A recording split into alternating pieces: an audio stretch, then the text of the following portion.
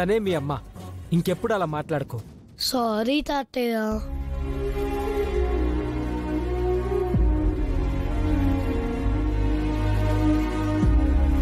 అమ్మ రూపా, వాడి మాటలేం పట్టించుకోకు.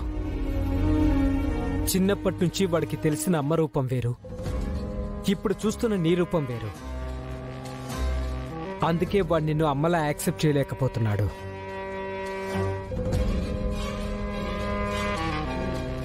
వాడికి తెలిసి వచ్చే రోజు ఒకటి వస్తుంది. అప్పటి వరకు నువ్వే కొంచెం సర్దుకుపోతూ ఉండాలి. ఆ మాత్రం నాకు తెలీదా బాబాయ్?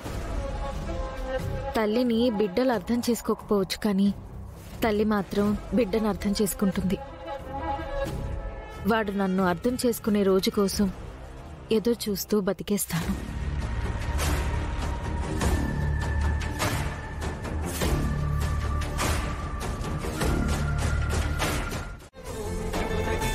అయ్యో, నాన్నతో పాటు అందరూ నమ్మేస్తున్నారు. తను ప్రెగ్నెంట్ కాదు అని ఎలా చెప్పాలి? అమ్మా రూపా, అమ్మా రూపా, అమ్మా రూపా, లేమ్మా.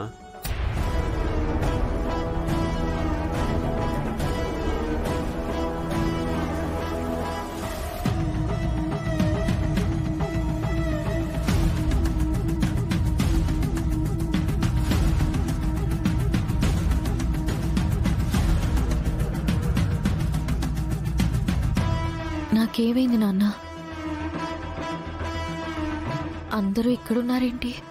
ఏమైంది? కంగారు పడాల్సిందేమీ లేదండి. You are pregnant.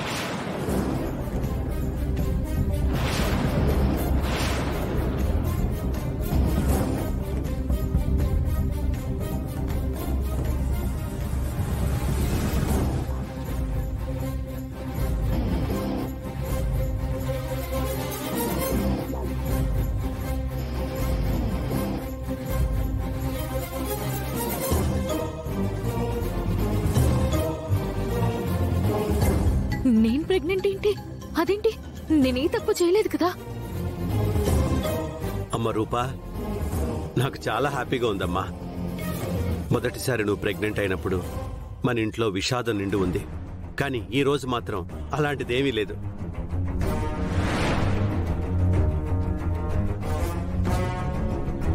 అప్పుడు ఒక తండ్రిగా నేను నీకేమీ చేయలేకపోయాను. కనీసం రాజును కూడా నీ దగ్గర ఉంచలేకపోయాను.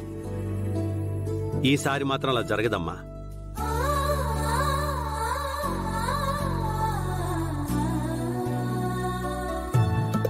ఈ రోజు నుంచే నీకన్ని సేవలు మొదలు పెడతాను.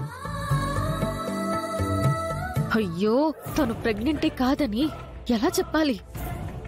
డాక్టర్, మా రూపని హాస్పిటల్కి తీసుకువెళ్లే అవసరం ఉందా?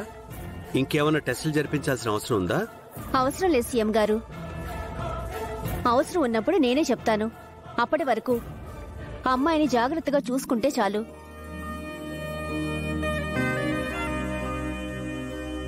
బరువులు మోయకూడదు, చీటికి మాటికి స్టెప్స్ ఎక్కి దిగకూడదు, ఆందోళనకు గురి కాకూడదు, ప్రశాంతంగా ఉండాలి. డాక్టర్, మీరు చెప్తున్నది నమ్మశక్యంగా అనిపించట్లేదు. తన మొహం చూస్తే ప్రెగ్నెంట్ అయిందనడంలో వాస్తవం లేదనిపిస్తోంది.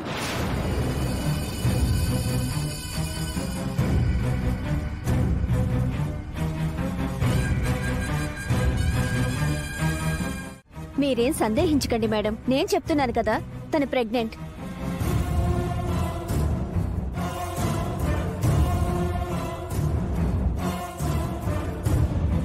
మీకు డౌట్ ఉంటే హాస్పిటల్కి తీసుకురండి, స్కాన్ చేసి కన్ఫర్మ్ చేస్తాను.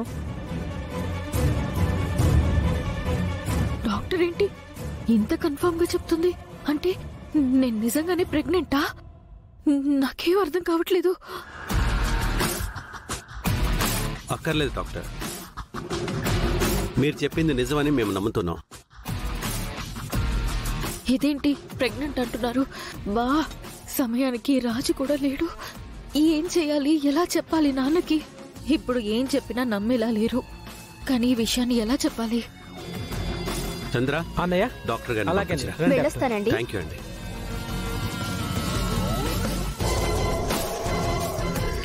నేను సైలెంట్గా ఉండకుండా ఏం చేయగలను?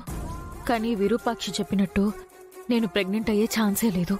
నాకు తెలుసు నేనే తప్పు చేయలేదని. కానీ ఇక్కడ విషయాన్ని ఎలా వ్యక్తపరచాలో నాకు తెలియట్లేదు. అసలు ఏం జరుగుతుంది?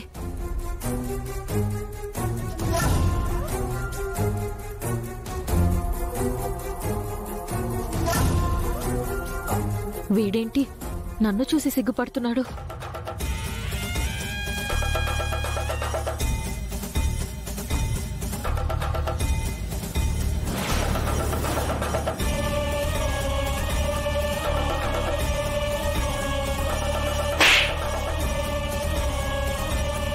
ఏం చేస్తున్నావు దీపక్?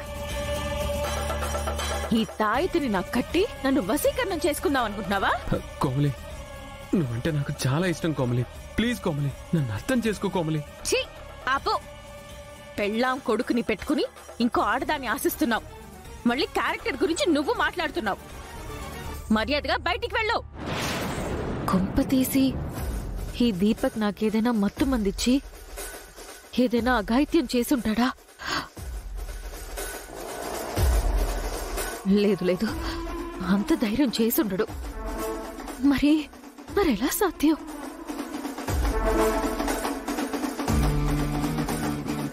సుమా, మందారం, డాక్టర్ గారు చెప్పింది విన్నారు కదా.